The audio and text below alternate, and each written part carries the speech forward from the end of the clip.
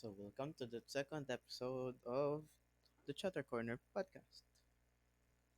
So, for today, we're going to talk about random topics. One of those topics will be the upcoming Typhoon Mawar in the Pacific region. It recently hit Guam and is projected to either proceed either to Taiwan or to the northern Philippines. It's currently inside the Philippine area of responsibility. So it's a super typhoon. So for those that are uninitiated, super typhoons are basically very very strong storms. And for those that haven't really experienced a super typhoon, um, for example, my experience, I live in a region in the Philippines that's heavily bombarded with typhoons year end, consistently, yearly, or in 4 year cycles. And to be honest with you, it's very, very scary, especially to those that doesn't really have experience with it. So let me just give you an example. So we had a very, very big mango tree. So to those that don't know how a mango tree looks like, you can search it up. But basically, it was quite old. It lasted for. It's probably older than me, to be honest with you. During that time, this was a couple of years ago, and it was so strong that it uprooted the tree. Like literally uprooted the tree. The tree almost went down to our house, which was kind of scary. And to give you an idea of the wind, the wind is so strong that even if you close your windows, the wind just goes through. And to be honest with you, when there's a super typhoon, it's not recommended to like close your windows in the first place. The reason for this is if you close your windows, the wind and potential projectiles with along with the wind will destroy your windows, which you don't want. You'd rather have the air circulate through your house than into your house, so to speak. So ever imagine the no, I mean ever imagined what do you call that? Um oh, you're right, a tornado. So have you seen a tornado video? Chances are you have. So a tornado is just a very big gust of wind circling. A typhoon is very similar to that, except it's bigger and the circulation is wider. But simply a super typhoon caliber would have similar speeds, I think. Correct me if I'm wrong. Don't take this as fact, but basically it can carry foreign objects of different weights. And if you've been in a super typhoon before, if you're familiar with what do you call that? Basically, it's a metal roofing for houses. It can carry very heavy sheets of metal roofing with it, which is very very dangerous. Obviously, what else? It can carry swaths of planks and lumber, basically. Yep, and even lighter materials. And if you know the banana tree, it's not the strongest tree in the world, so most of the time, no, not most of the time, 100% of the time, no banana survive the storm, a super typhoon, at least. Along with that, like, I think I approximate that only 30% of vegetation survive a super typhoon, except, you know, grass. But most plants, most trees just die if you don't protect it. So, to add to that, super typhoons, depending on the speed, tend to last an average of, let's say, a few hours, maybe 8 hours, more or less. Though, although you can feel the typhoon for days, but majority of the brunt of it can be felt for a few hours.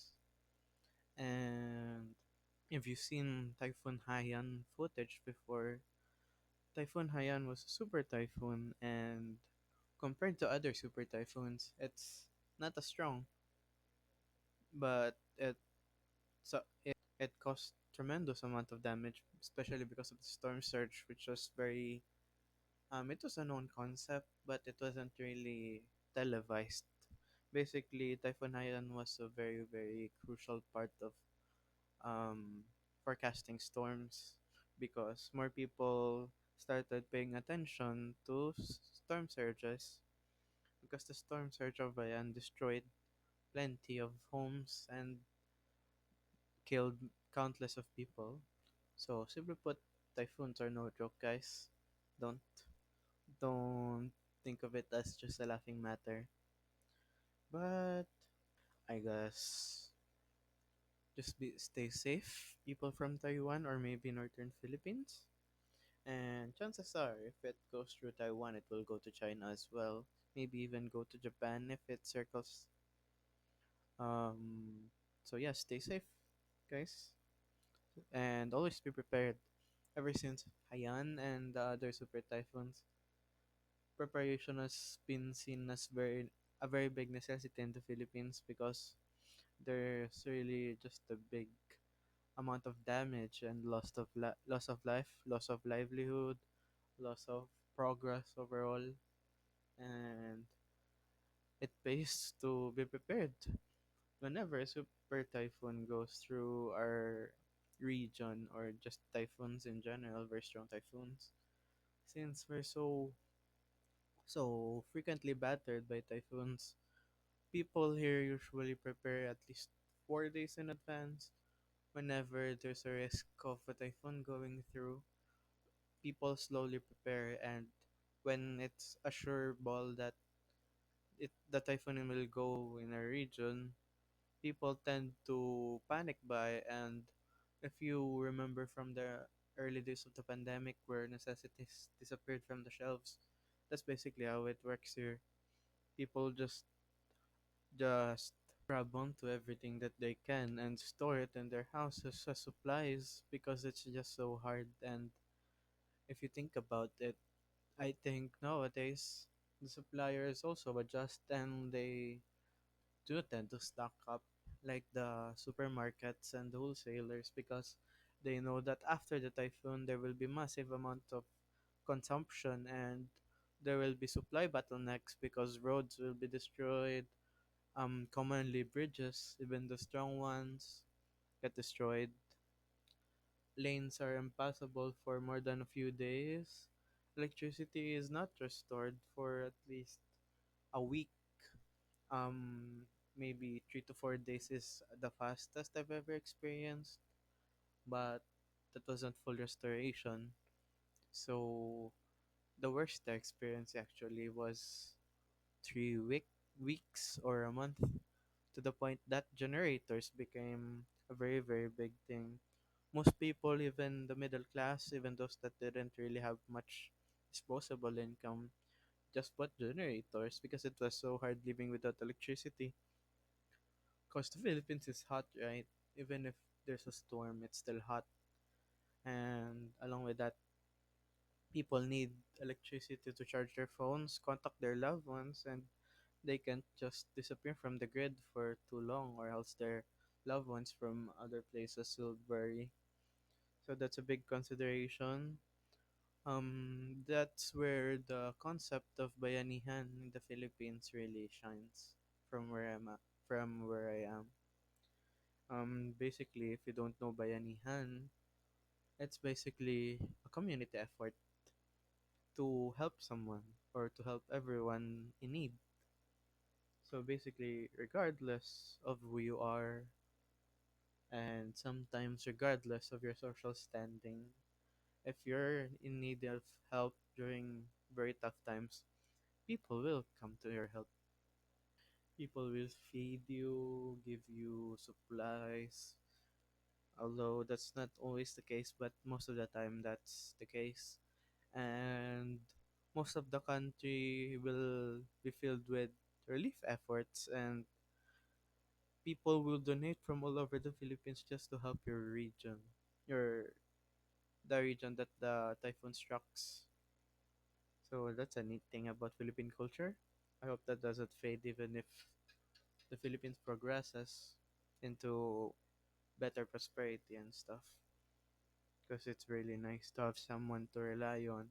Unlike in other countries, if you think about it, one, for example, I'm not really putting other countries in a bad light, but for example, in America, I know a story of someone that a family member of mine knows.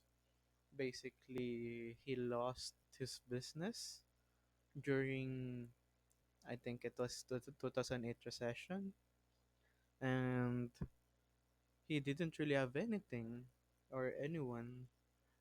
His family members were struggling along with him, but he was the one that struggled the most. He didn't have anything to eat. He really didn't have much of anything left. He was homeless. He couldn't feed himself. And afterwards, he never really recovered.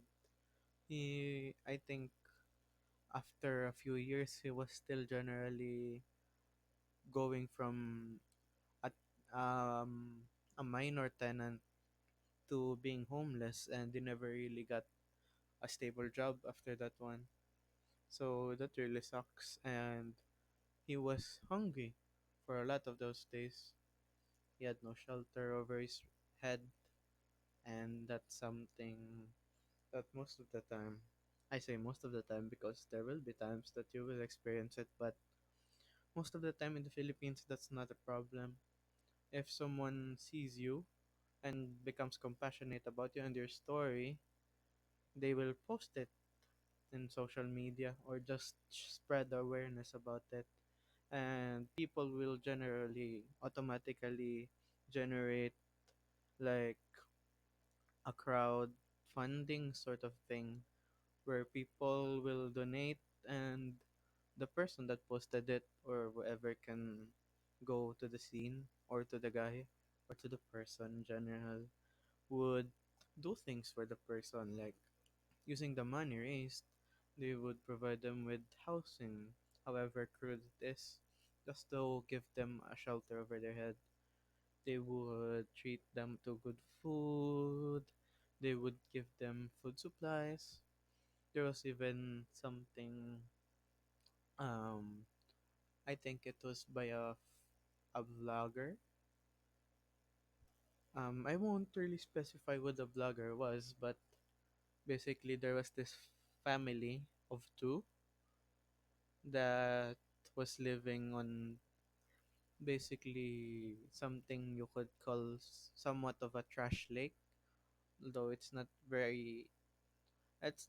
what you may imagine, that there's trash everywhere, but it's still very polluted and you'll see plenty of trash roaming around. Basically, they live by fishing there, and that's basically it. They're old, they can't work, at least not enough to for their needs. And this guy, this blogger, was a kid once around that area, and apparently that couple has been there for a while. And whenever they would play there, or so this blogger was also poverty stricken as a kid. So whenever they would be somewhere around that area, the couple, even with their limited resources, even if they can feed themselves, would feed them, the vlogger included, and his friends. So the vlogger really appreciated that and still remembers them till today. So we decided to start a fundraiser of sorts and share awareness about this couple. And it blew up, and that couple is now home. I think they were sent back to their family, which is very very far away, which is very very very nice story.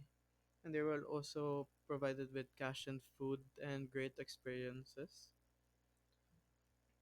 As an added context, they were so poor that they can't afford transportation, and walking was not valid because um they had to cross the sea. or more specifically, couple of straits. Because like you might know, the Philippines is a big archipelago nation. Well, not necessarily big, but get the idea. There are 7,100 islands or something. So basically, yeah. So for this podcast, we've we have come from speaking about typhoons to the Philippine concept of bayanihan, and right to the exemplary nature of this bayanihan in action from the form of the vlogger story. So at this point, let's leave it at that. Thank you for listening to this episode of the vlog. No, not vlog. I'm sorry, I'm kind of dizzy right now. For this podcast, rather. Thank you for listening. Like and subscribe if you want more. Comment what content you might want to see, and maybe you want to see less of the podcast. You might do it. Probably not. But yeah, thank you for listening.